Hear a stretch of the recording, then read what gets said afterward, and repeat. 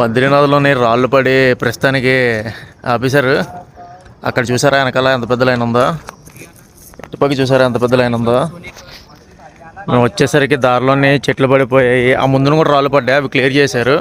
ఇవి వచ్చేసరికి ఇంకా పడుతున్నాయి ఎలాగా, ఇవి ఇప్పుడు క్లియర్ చేస్తారట, ఒక 20 minutes 30 minutes పడుతుంది అంటున్నారు. ఇలా ఉంటుంది యాత్ర, బాగానే ఉంటుంది. కాకపోతే ఏంటంటే ఇప్పుడు వర్షాలు కదా ఎక్కువ, చాలా దారుణంగా ఉంది పొజిషన్ అయితే ఇక్కడ బద్రీనాథ్లోనే.